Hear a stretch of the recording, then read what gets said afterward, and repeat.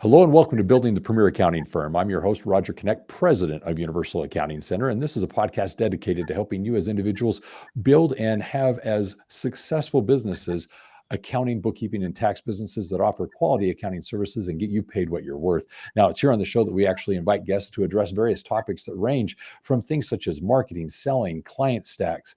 It's basically the various things that we can do to better serve our clients and, most importantly, offer quality services, because what we're trying to do here is make a difference in the accounting community, giving you insights as to what it is you can be doing as you run your business. Now, today I happen to have a guest that I've been looking to have on the show, someone that I'm familiar with. It's Tim Seymour. Tim happens to be the joint owner of Profit First Professionals UK. Tim ran his accountancy business for 17 years before selling it for a large profit to fully transition into coaching business owners how to implement and maintain Profit First, which is actually something that increases the cash in the business and drives profit forward positively. Now, Tim's focus has been actually on time, where he spends it supporting the members of Profit First Professionals in the UK via one-to-one sessions and group sessions, speaking with accountants, bookkeepers in everyday things that they can do to actually enable these principles in their business. Tim understands the current issues holding them back, and more importantly, is using his knowledge to support them as current members in overcoming the obstacles and hurdles of basically moving forward with Profit First. Now, Tim hosts a free community, Croissants and Coffee, aimed at supporting accountants and bookkeepers who are interested in Profit First, but not yet ready to join. He gets immense pride from guiding others to travel the same journey that he's traveled not so long ago. So, Tim, welcome to the show. Thank you, Roger. That was an amazing introduction. Thank you very much. It's a pleasure to be here with you. Well, it's your life, your journey. You've experienced it, so I hope it resonated. It certainly did. It certainly did. Yeah, it was, I'm not going to lie, it was a long journey, and sometimes a very difficult journey, where I found myself initially. Well, let's kind of reflect on your journey. Clearly, I want to go back to how you got started in accounting to begin with. So tell me, why accounting? How did that come about? I think it's just numbers come natural to me, and I think a lot of accountants would probably say the same. I can't say that it was a passion for me, but I fell into working in the bank as my first job, and then moving out from the banking arena into the accountancy arena was quite a natural sort of step for me.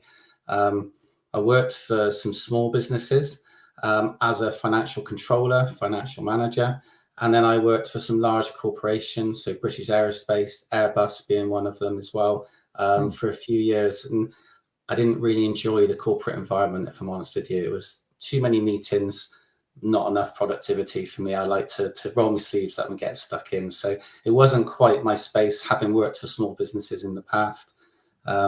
So from there, I decided it was time to go out on my own and set my own accountancy practice up, because I felt I had something to offer businesses, especially small businesses. So I took the plunge. Well, let me dive into that a little bit. I mean, clearly you had a career in accounting. You were doing various things, but to go out as an entrepreneur and start a business, it's a little bit more than just, I'm frustrated with the corporate environment and feeling that you can make a difference. I'm sure there was a catalyst, something that caused you to say, now's the time, and here's why I'm going to do it. Do you recall what it was that caused you to actually go out there and say, now's the time for me to do this?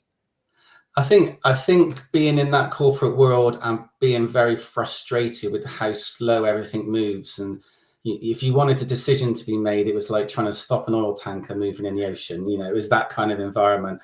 And I think the frustration just built up and built up and built up. And I reflected back to working with the smaller businesses that I'd worked with when I was younger. And I think I just felt that I had something to offer the small business, that I could actually make an impact, a positive impact on them, which I couldn't do in the corporate environment, because there's too many people, too big a beast to sort of make changes in. What you're describing there is something that I find a lot of people resonate with, because they too have this experience where they're working in a business and they feel like they have opportunities passing them by where they can make a difference. And if it was just their business, they would do it a little bit differently. And so it conjures up this interest of going out on their own and servicing that community, taking advantage of those opportunities. And lo and behold, it turns into this now business that you're running. So what I wanted to go next is, you ran it for 17 years. You had the various successes that you had, but you then chose to sell it. Why sell? Because I didn't want to do compliance anymore is the simple answer to that. But probably I should go back a little bit, and so when we become accountants, we pass our qualifications, etc. We've got letters after our name. We work in business. We know what we're doing. We're good at handling the money. We're good at making strategic financial decisions. We don't necessarily know how to run a business, do we? And I think it's a big step, isn't it, to take when you suddenly go out of the corporate world, you set yourself up in business. I had one client. I managed to get another client quite quickly, and that was working 2.5 days a week. So I kind of had a core that I could build around.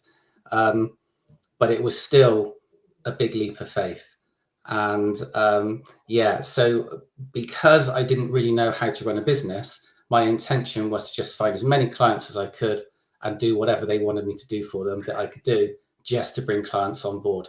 And I'm quite certain that's the thing that people do right now.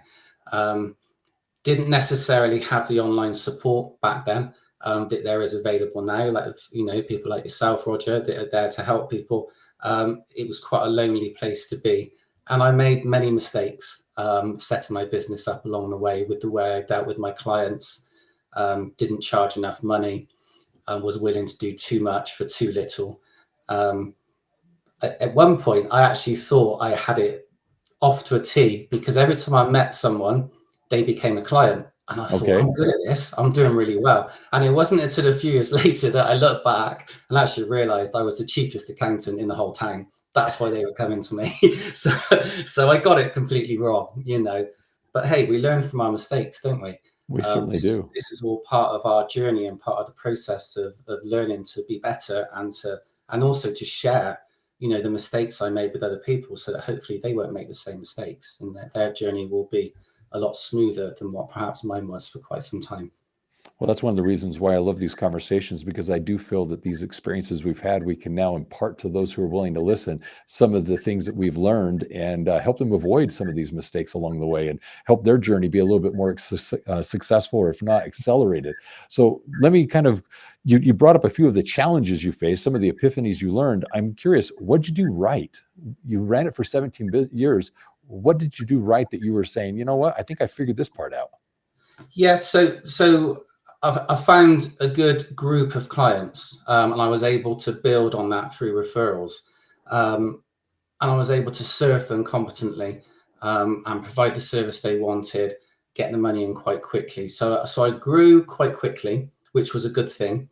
But what I didn't realize was, as I kept growing, what got me to where I'd got to at that point wasn't going to get me to the next stage. And I ended up with too many clients. I had a couple of people working with me, but the onus was on me to produce the work. And it became a very stressful environment in the end for me, because I created almost a monster of a business that I wasn't taking enough money out of, because I wasn't mainly charging enough money either, which was an issue for me. So I had my pricing structure completely wrong. But as time went on, I started to look at different ideas, forming different ideas, watching different people, and gradually I started to increase my prices. I started testing the market. I put everybody the blanket price increase of 5%. Nobody complained. So 6 months later, I did another blanket increase of 5%. Nobody complained. So you could see the problem that I'd had was I was charging way too low. But in time, I was able to increase those prices and get myself to a better level. Was able to push more work onto my team and be a little bit more trusting with the team members as well, to free myself up. And then I was able to start looking around for what I needed to do next, because I felt that the way I built the business, I was in that kind of trap where I was working long hours and not earning enough money. And I was nearing that kind of exhaustion state, nearing that depression state that can affect you, because let's be honest, it's a lonely world, isn't it, when you're running your own business? It's a lonely place. It can be lonely at the top. That is very true. So obviously you didn't want to do compliance any longer. And honestly, I think a lot of entrepreneurs do get that itch to go do something else. They're driven to, there's a shiny object. I've got this going. I want to go do something else. This is exciting to start and build the business. So some are driven that way. So you came to this point where that you felt it's now time to sell. totally appropriate. I'm a huge advocate of beginning with the end in mind, and exiting at some point is the natural transition. So when it came time to sell, how did you determine what it was that you were going to be asking for your business? It was a very smooth process, the selling of the business, actually. Can I go back a step before we talk Please. about the sale? Because the reason I was able to get my business in the best shape to sell it was because I found profit first. So we haven't mentioned profit first yet, and that was the catalyst to changing everything for me, actually, within my accountancy business. Well, then let's talk about that for a minute, Yeah, because I don't know that everyone is familiar with profit first. Let's give it some context. And then I think it'll naturally help us kind of evolve to where we're at now today with what you're doing. So, Profit First, written by Mike Michalowicz. It's a great book. It's this principle of revenue minus profit equals expenses. Tell us about that whole philosophy and how that resonated with you. yeah, it's a fantastic strategy for managing cash in the business. It challenges and flips the traditional formula, as you've just explained. You know, we're as accountants and bookkeepers, we're so tied into the concept of what a profit and loss account looks like. You know, how we look at the sales, we list all the expenses, and underneath that is the profit. And in a way, when we're building a business and as a business owner, we focus so much on sales and we just accept that the expenses are what we need to spend because that's what we need to do to run the business. 6 months after the year end, our financial year end, we then find out we've made a profit, but we don't understand where the money is. And then, by the way, after that, you're told you've got a tax bill to pay in 3 months' time that you haven't saved any money for and you weren't even expecting because you haven't got any money in the business or personally. So it's that kind of traditional method that people follow and they come unstuck year after year after year. And I can remember sitting in my office as the accountant and one of my clients saying, yeah, we've made a profit, but we don't understand where the money is. And I couldn't explain it to them. It's such a hard thing to answer, actually, to a non-accountancy person. Um, going back just slightly, I had a coffee with one of my clients, and he'd been to a mastermind group, and he said to me, "Oh, everyone's raving about this new book. It's called Profit First." So he said, "I reckon you should read it." And I owe him a large debt, for making that suggestion to me. I got the book, and I was 2 chapters in, and it was that eureka moment. You know, why didn't I think of this? It's such a simple concept, you know. And all Profit First is trying to get you to do is streamline the cash in your business into the right avenues. So as the money comes into your bank from your income, you move that a certain percent into a profit account. You move a certain percent into your owner's pay account, which is how you're going to reward yourself. You earn a certain percent, you move a certain percent, into your tax account. And what you're left with is your operating expenses. And that's what you're going to run your business from. Now, that means you potentially got less money than you had before to run your business. So it forces that creativity and the innovative thinking about how you can keep bringing the income into the business, but more efficiently, you know, using different tactics maybe and thinking about, for me, I talk to my clients about the different income streams they've got coming into their business. Do they know which are the most profitable? You know, and quite often they don't, and quite often they persist on, you know, chasing one particular income stream that's most likely the least profitable. And actually, if they were to refocus into the other areas or to reprice that income stream, all of a sudden they've got a much highly profitable business than what it was before. So Profit First is the starting point, but it takes you to so many different levels when it comes to profitability with your own business, and your clients' businesses as well. You know, So I'm loving that we're into this part of the conversation simply because, like you, Profit First really resonates with me. And as I've worked with so many of my business clients, it's really been a game changer as to how they're running their companies simply because of the priorities that it places on being profitable. I think too often, like you were mentioning, a lot of businesses struggle with their cash flow simply because of the fact that they're crossing their fingers and hoping at the end of the month that there's going to be something left over that they're going to be able to use and consider profitable. But the problem is too often they're running these businesses expenses and they're not paying themselves. They're pushing payments as it relates to vendors that they owe. And the business model is broken. And because the business model is broken, it's this month after month after month of repeating the same thing and wondering, why isn't this working? Profit First comes in and shocks the system. It says, okay, let's first of all pay the business. Let's first of all recognize that profit is essential to be in business. And therefore, do we have a business model that we can operate with the operating expenses and do so with money left over to be profitable? So he flips that equation around, makes profit intentional and deliberate a priority. And all of a sudden, business owners, it's like a game changer as to how they're looking at their companies. And when you're going out there and working with business owners and introducing this philosophy, they're like, finally, this is something that makes sense. Because you're right, when you're looking at accrual accounting, it seems like there should be good money in the business, but at the cash level, I don't have anything in the bank. Where did it all go? Where is it? So there is that confusion that exists. So let me kind of then tie it into your business. Obviously, you have this exposure to Profit First. You're still running your business, offering accounting services, doing the compliance work. How did Profit First change your accounting business? I got 2 chapters into the book, had that eureka moment, and I fast tracked straight to profitfirstprofessionals.com online, and I applied to join. Now, you're supposed to have read the whole book before you apply to join. And as a license holder for the UK, I always insist people read the book before they apply. However, whilst I was waiting for the call with Ron Saraihan, who I know you've had on this podcast before. Good old Ron. I completed reading the book, obviously, before I had the call with Ron. Ron made it very difficult for me to join. But even so, I joined. I'm sure that's one of his sales tactics, of course, but it worked. It worked a treat, because I by the end of the call, I was really determined to join.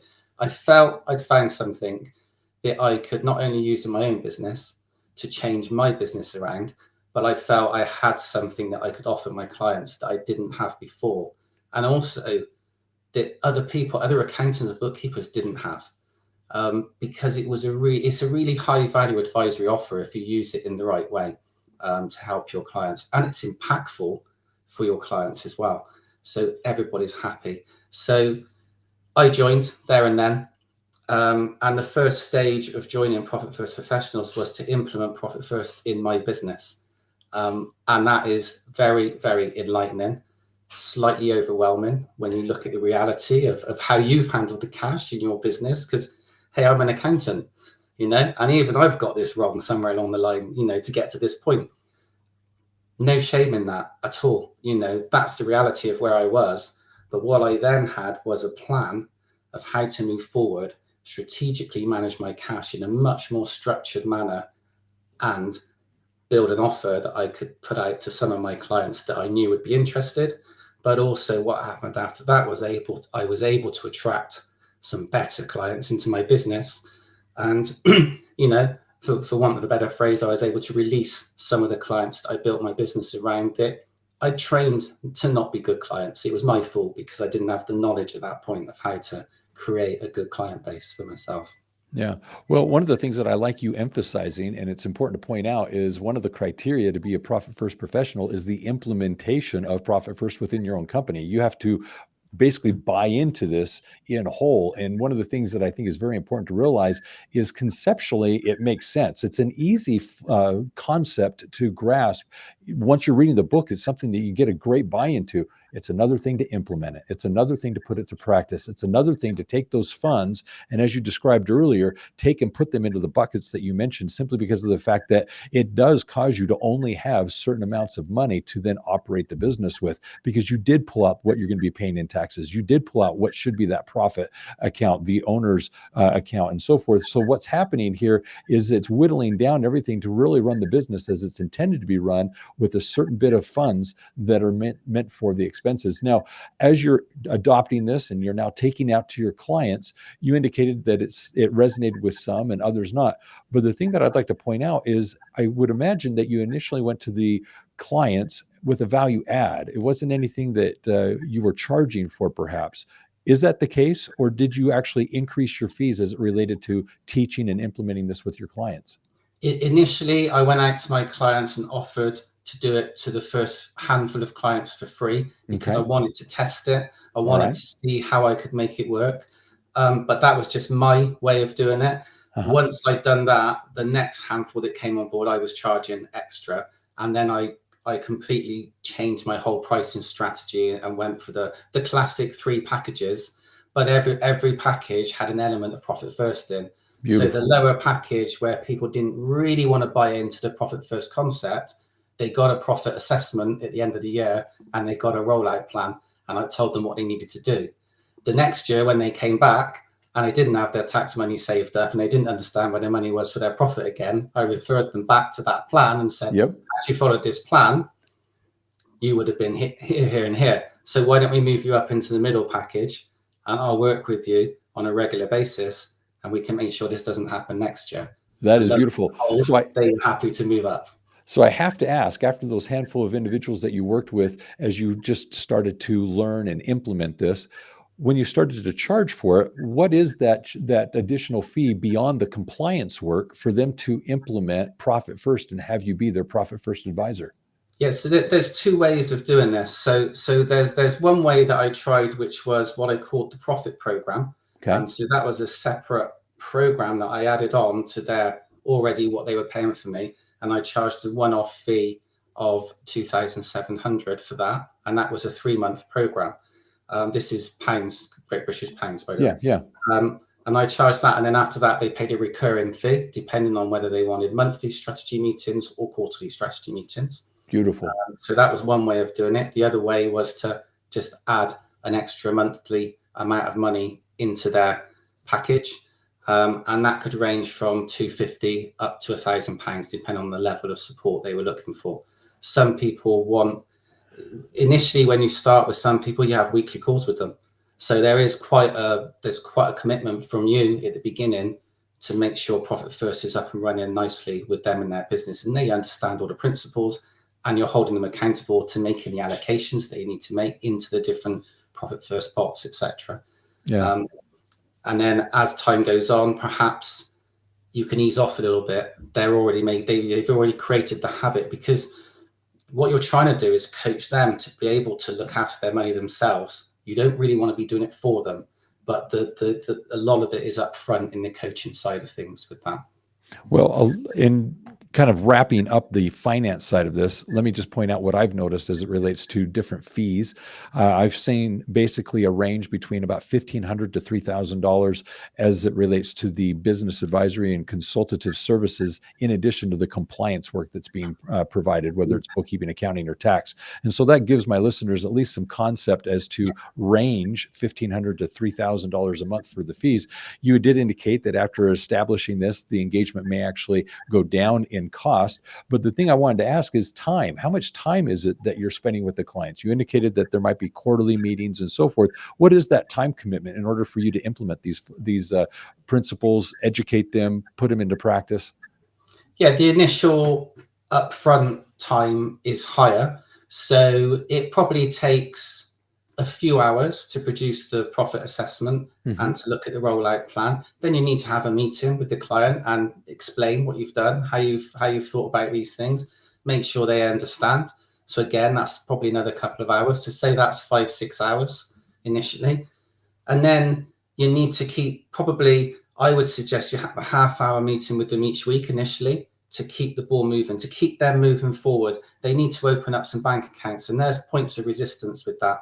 Yeah. So by having the weekly meetings, you can keep nudging, keep pushing. You need to open these accounts. In the UK, we're quite lucky. We've got some app-based banks. For instance, Starling is a really good one. Monzo is really good. And you open one account and you have all these various pots that come off of those, and they're easy to open once you've got the one account open. So that helps us over here. After that, once they're up and running, it depends if you want to do, so say you had a client that wants monthly strategy sessions, which would be my preference. You spend an hour with them each month. So there'd be a little bit of preparation work for that and a little bit of reflection work after. So say that's 3 hours a month, and you could be charging 500, maybe more, just for that element of what you're doing on a monthly basis. I love it. How many clients do you need to have a good business just doing that? If you did what I did, moved away from compliance, traditionally just coached people in that way, it's a nice business model for people to follow. That's beautiful, because I think one of the things that first of all needs to be understood is the income potential. And then now you've got the time commitment that you've explained. So I think it's giving us some context as to what my listeners could anticipate if they chose to move into this advisory space. Now, as for the experience, one of the things that I do want to stress is there's a lot of talk in the accounting profession about moving into this advisory space. Yeah. It's the compliance is something that a lot of people are saying either it's going to be automated with the additional tools and resources out there, the AI and such. And so there is this draw to say we need to be offering a more value added service to our clientele, one, to retain them, but two, to remain relevant. So that being the case, a lot of people are talking about cash flow services, CFO services, advisory services, and clearly Profit First fits into that category. One of the things that I wanted to find out then is, how does your relationship change with your clients when you no longer are having just a compliance conversation with them, but now they see you as the advisor? Have you noticed that your client interactions are different? It's massive. It's a massive step change. It really is. So beforehand, when a client was coming in to receive their year-end accounts and find out their tax bill, they're coming in with trepidation. The traditional way would be sitting across the desk at them, and they're sat there waiting to hear the bad news. They don't necessarily understand the financial sides, and they just can't wait to get out of the office. Now they come in, and effectively you're sat alongside them. Maybe even with your arm around them virtually, without actually putting your arm around them. But you know what I'm saying? You're building up that relationship with them. You are a partner to them and their business. It's such a nicer way to work with people than delivering bad news at the end of the tax year. Now you're actually working with them, and you're being proactive with what the future holds for them. So you're always looking, as a Profit First professional, you're always looking ahead into the future. And that means, okay, this is what the revenue is looking like over the next 12 months, next 18 months. This is how much profit we think we're going to be able to put aside. And we're talking actual cash now as well. This is what we think the tax liability is going to be. So we're going to make sure this money is being put away every month, and we'll make sure that builds up. But we'll keep monitoring that in case you improve your sales revenue, and we'll make sure that everything's working okay. These are the areas you want to focus on. So it might be that someone wants to focus on a certain aspect of marketing because they want to bring in certain new business in. So you might need a special purpose pot for that. So this is where Profit First goes into more advanced strategies, and you're not just talking about the basic pots, because there could be a mechanic. Then let's make it really simple. That needs to have a breakdown van so that he can go and pick up cars. What does he do if his van breaks down and he can't go and rescue the cars, and then he can't repair them because he hasn't got, so there could be a special purpose pot for that to renew the van at a certain point in time.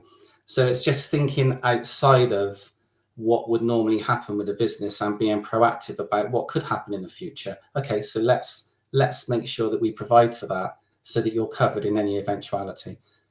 So it's just being proactive is the word I'm looking for. Yeah, one of the things that I really have noticed myself as I've had these conversations with my clients is the fact that the relationship does change, because when you're moving away from the compliance work, it's no longer seen as like this necessary evil of, I'm in business, I have to have this, and they're just begrudgingly paying to have the service, and they're kind of indifferent to the information. They don't necessarily know how to look at the information. And so when you move into that advisory space where you're, as an accountant, giving them more information that's integral to the success of their business, and step into this place of Profit First, where you're now helping them with some of the essentials as to ensuring that they are making money, they start to see you more as a peer, as a fellow business owner, with someone that has insightful information. All of a sudden, they start to lean on you and talk to you a little bit more. The conversations are longer, they're more in depth, they're more business oriented, simply because they see the application of these principles in their business, and it's impacting the decisions that they're making on a day-to-day basis. And so that relationship starts to evolve, and they start to see you as an integral part of their success. That's one of the things that I think is so powerful about this transition into the advisory space, especially with the implementation of Profit First. So my next question for you regarding the accountant and the accountant embracing the Profit First philosophy is, I know that some struggle with it because it's clearly not a gap principle. It's not something that's used in large corporations. It's more for the small business, theoretically, because it does disrupt the traditional accounting model. It is clearly gross revenue minus profit equals expenses. And so there's kind of a hiccup going on here, and it doesn't correlate into the financials as to how the P&L and the balance sheets look, but it is a philosophical look at the accounting differently. So are there characteristics that make for a good adoption and implementation of this from an accountant's point of view? Yeah, I mean, none of us is saying that, do you know what, compliance has got its place, and it needs to Oh, be of done. course. And that's the most important thing, isn't it? And compliance, actually, compliance wasn't for me, but compliance work actually brings clients to the accountants and bookkeepers' door, and then they can build that relationship and turn that into a profit first relationship, potentially moving forward.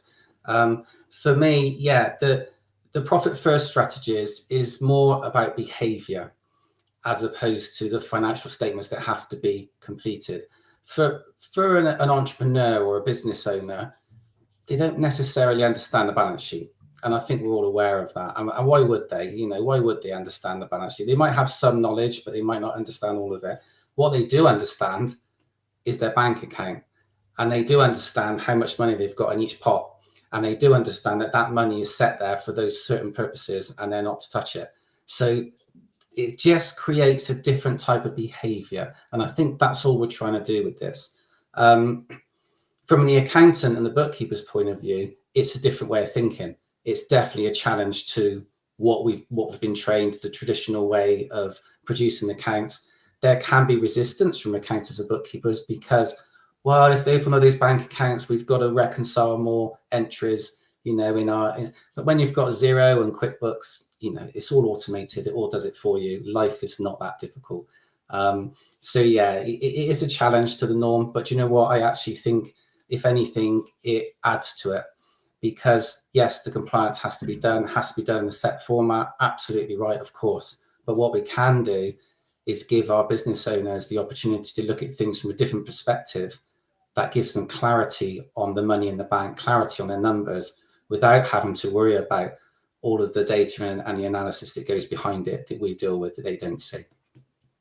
Well, I can definitely say that with the clients I've seen it used, it's a game changer. It takes them from playing a guessing game as it relates to their business and oftentimes not even paying themselves to all of a sudden it is deliberate, it is intentional. And fortunately, after about 3 to 6 months of making some changes and perhaps making some routines of the process, all of a sudden their business is now starting to really function and operate profitably. And the business model is conducive to that success. And so that's one of the things that I think this whole experience offers, is the fact that now they can work on their business and do so profitably. I want to switch a few things here and ask you a few quick questions. The one thing I wanted to ask is, as you sold your business, I asked earlier how Yeah. you came to the conclusion of how much to ask for it. Clearly, with profit first in the picture now, and you're wanting to more focus on this type of a service, you sold your business. For my listeners, I'm always interested in getting kind of that exit strategy and your lessons that you learned as you sold your business. What advice do you have for someone when looking to exit and preparing for that process? Yeah, I was lucky. I'll be perfectly honest with you, Roger. I was actually quite lucky. Someone approached me. So I didn't actually put my business up for sale. Interesting. I didn't actually put it into a position that I thought I needed to. It just kind of, I think, because I was becoming known, I mean, I was being known as the profit first guy around the area, because I was the only one. I think people started to take notice. And another accountancy firm that was larger than me just showed interest through a broker that they wanted to acquire the business. Would I be open to it? And at the time, my thought process was I wanted to transition away from the compliance work, Mm-hmm. but I wanted to continue my profit first journey with coaching and learning, how to improve the program that I built and how I could make it better. In the background, I was having conversations with Duncan Lloyd about talking to Mike and Ron about the license for profit first specials in the UK. So there was a lot of things going on, Mm-hmm. and I was approached, and I had the meeting. Then we had another meeting. I gave them the information they wanted, and he offered, I'll be totally upfront, he offered me a ratio of 1.1 the sales revenue. Very good. And he said, and his words were, I'm not going to mess around and go through a negotiation stage. I see you've got a good business. I see you've got some good clients. I'm going to offer you 1.1. And I accepted it. There was, there was no real hard negotiations. It was a very simple process for me. And I would consider myself, if I'm honest, I was very lucky. I'd gone through a lot of hard work, a lot of hard times, difficult times. I came out of it at the other end, and I was quite lucky. But it all happened as a result of finding profit first, implementing that in the business, being able to bring that to my clients, being able to structure my business and have a proper, cash strategy for my own business as well as my clients. Well, that's the only thing I can really kind of say how it happened. I will say I was just very fortunate at the yeah. time. Well, kudos to you to have a business in place that's operational, that you're able to step away and sell it. That's one of the things that I think is very important to understand is whatever processes, employees, client relations you had were clearly such that you were able to sell, walk away, and leave something there for someone else to then take and run with. So that was very impressive. As for the 1.1, congratulations. I've had this conversation with many firms, and I've found that the range typically is from 0.9 to 1.3. So that's perfect. You're right in that range, and that's awesome. I'm curious as to the time frame as to the transition.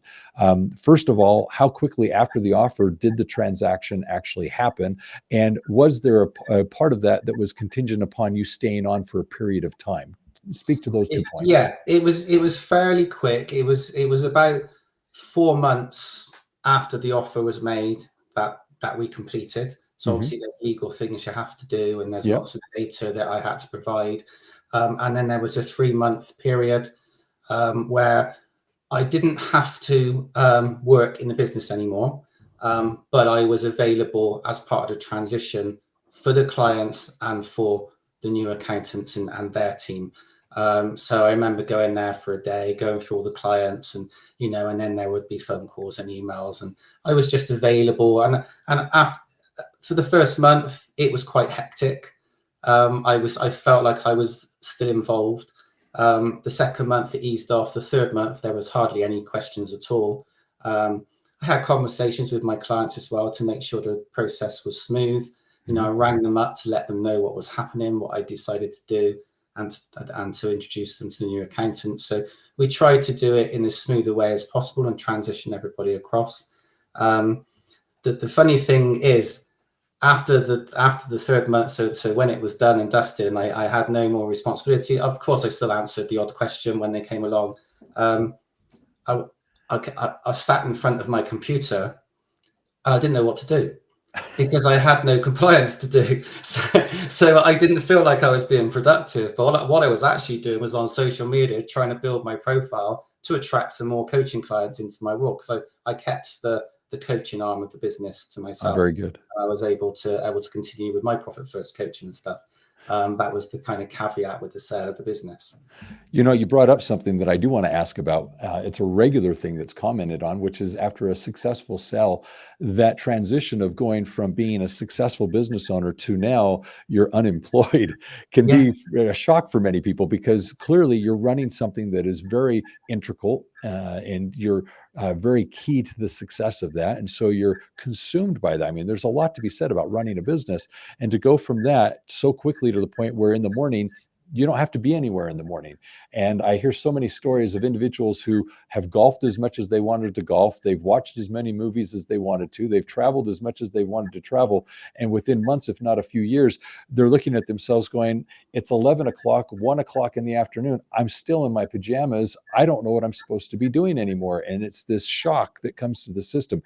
So did you ever experience that? Or were you transitioning so quickly into the profit first coaching that you were doing that it really did transition comfortably for you? I transitioned into the profit first coaching, but I only had a handful of clients. I'm not going to try and pretend I had a massive business to move into. I didn't. I needed to build that business as well. So I kind of went from up here to suddenly down here. And it was a shock. It was a massive relief when the deal went through.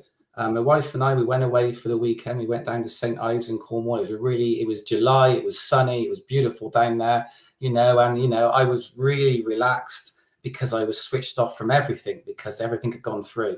And then, like I say, I came back, sat in front of the computer, and it took a few months, I would say, if I'm honest with you, to get my head around what I was doing next and how Yeah. I was going to do it.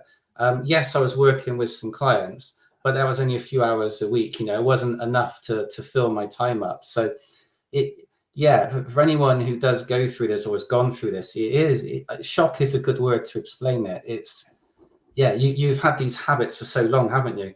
Yeah. Turning your computer on at 7:30 in the morning, going through emails, then picking up a set of accounts and working on them, then submitting a tax return. And then all of a sudden you're not doing these things. And it's bizarre. It's It was crickets. very Yeah. bizarre, if I'm honest. Yeah. It's funny.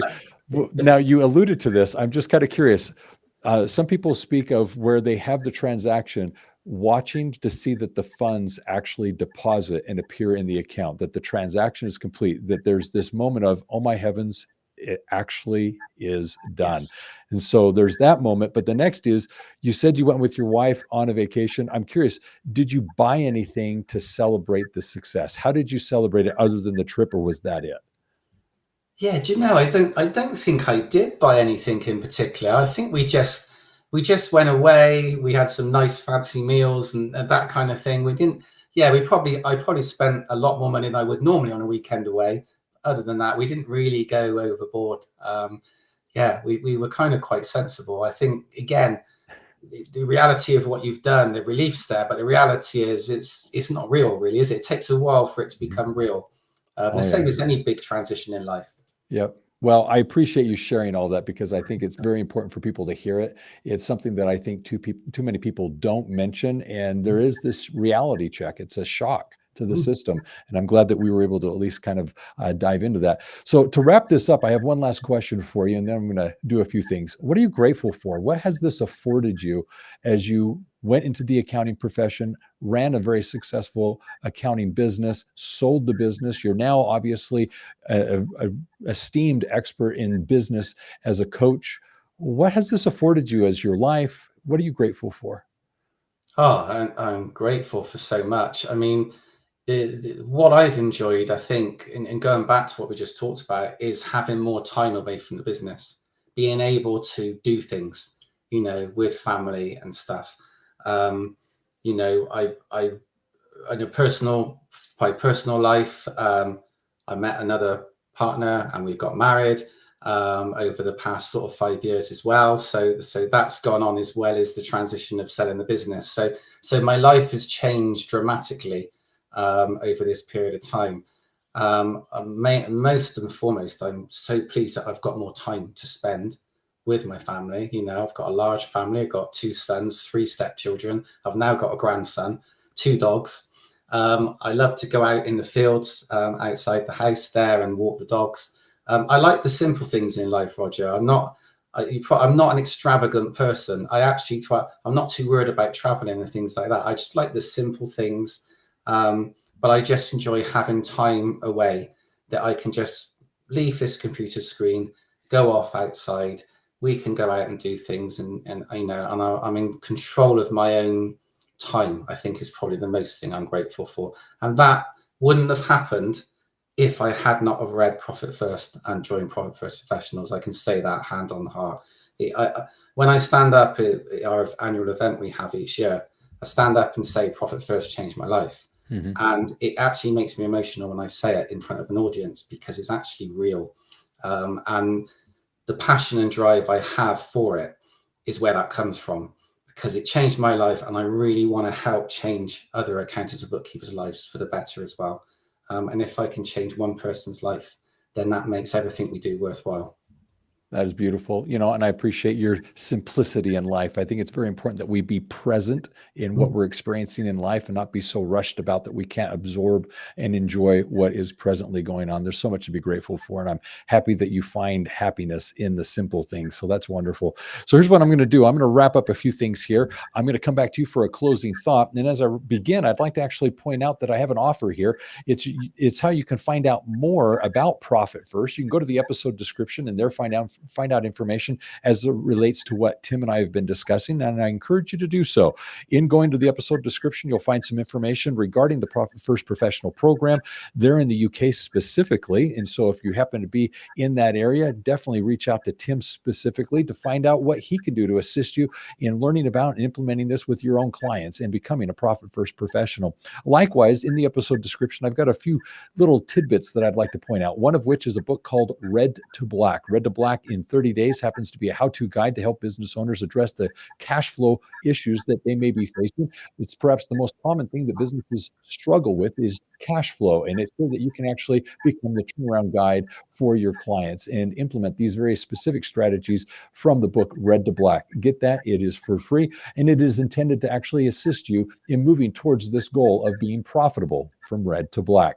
In addition to that, I want to encourage you to get the book Your Strategic Accountant. It introduces the transition and the incorporation of not just the compliance work that we're doing as it relates to bookkeeping, accounting, and tax, but also the advisory work and how you can move into this transition of moving and offering CFO and advisory services. So find out more by reading the book Your Strategic Accountant and see what it is that you can do to better service your clients and step into this role of CFO and advisor.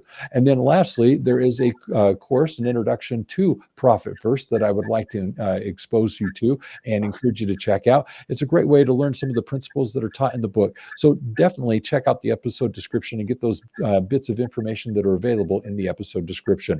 Now, as it relates to our conversation today, I have to say that what Tim shared at the beginning was very helpful. So many of us find our journeys into the accounting profession very widely, and his was that of coming through the corporate ladder, experiencing small business, large business, and realizing that the bureaucracy, the ability to implement and change things just was too tedious, and he transitioned to actually now starting his bookkeeping business and offering compliance type services. As he did so, he found that he was being very, very successful, grew his business over the years such that he could now sell it, but it all came after being introduced to Profit First. And I loved how he explained how it changed his life, that within the first 2 chapters, it resonated so much so with him personally as he ran his own business that he felt that the principles there applied to him. And then he could clearly see that this is something that he could and should be taking to his clients. That passion that he had obviously led him to becoming a Profit First professional, and he could clearly see that that's where his love was. And being that it was in basically implementing these strategies with his clients, he sold his business, having a successful exit, and now he's finding himself with more time, but at the same time servicing his clients more deeply as it relates to these principles in their business. So I really appreciated that journey that he was able to take us on, and ultimately culminate with the idea of being grateful for the things that he has in his life, such as his family, his children, his dogs, and the simple things that he's enjoying in the day-to-day. So wonderful, wonderful conversation. So Tim, do you have a final thought for us as we now wrap this up? Yeah, thanks, Roger. I thought you summarized that really well as well. Thank you. Yeah, I just think any accountants and bookkeepers, if you haven't read Profit First, I encourage you to read it first and foremost. If you have read Profit First, and you haven't already, open up a profit account, start putting 1% of your income into it, prove to yourself the system works, and then maybe open up a tax account after that. It's a great strategy, and I can only encourage you to look into it. And if you want to find out more about joining Profit First Professionals, look it up online. If you're in the UK, I'll be happy to have a chat with you. If you're in the US, I'm sure Ron will be happy to have a chat with you too. Excellent. I love this.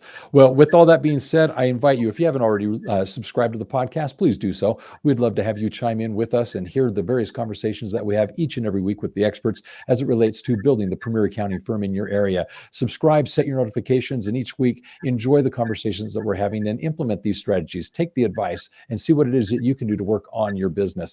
In addition to that, I also want to encourage you with this to go to universalaccounting.com, and they're finding the navigation episodes, basically not episodes, but published shows of the podcast from past episodes, where you can actually binge listen to the playlist that we've compiled. This happens to be in the highlight section of the podcast, where we've basically put together a very complete, or let's say full collection of various podcast episodes that you can listen to. And I want to invite you to check out those that are relevant to your situation, whether it be marketing, selling, mental health, and so much more. So go check out the playlist and see what it is that you can be doing to work on your business. In addition to that, I want to invite you to GrowCon.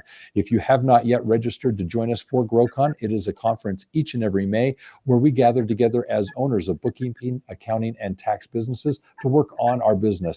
It's here that the conference has experts from the stage present to us things that we need to be doing today to work on our companies. It's also here that you get to meet and interact with your peers, those individuals that, like you, are running successful businesses, and perhaps even collaborate with them to better service your clientele. In addition, you also get to meet the staff here at Universal Accounting Center, those individuals that are committed to your success, and most importantly, are there to help you be in business for yourself, but not by yourself with Universal Accounting. So register now and join us for GrowCon. In addition, if you have any questions regarding these concepts and other principles that we've been discussing on the show, feel free to reach out to us. You can go to universalaccountingschool.com, or you can actually call us at 801-265-3777. And always remember this: accounting success is universal. Take care and have a wonderful day. Tim, that was awesome. Yeah, I enjoyed that, Roger. That was really good fun. Thank you. Thank you for having me. It was my pleasure, actually. So here's what I'd like you to do. In that chat, I put that promo piece. I'm going to have you record that for us right now. Yeah. Oh, so where am I looking? Let's find the chat a minute. Oh, I can't see it. So in the screen, it should be on the bottom, private chat. It should open up and actually have the text for you there. All right. When you're ready, go ahead and do that. Hi, this is Tim Seymour. Oh, sorry, I've just lost it. Let me try that again. This is Tim Seymour. It was a pleasure to record with Roger an episode of Building the Premier Accounting Firm. We discussed all about my previous life as an accountant. I was an accountant for 17 years and was able to transition away from that by selling the business for a good profit, thanks to finding Profit First and joining Profit First Professionals. I'd love for you to join us on this podcast and come and have a listen, and you can learn more about my story and my journey, and maybe it will help you with your journey as you move forward as an accountant and bookkeeper. Perfect. Tim, you're awesome. That is beautiful. It's one of those, you're on the spot a bit, aren't you? All right. So let me just give you an idea of what's going to happen now. We're going to have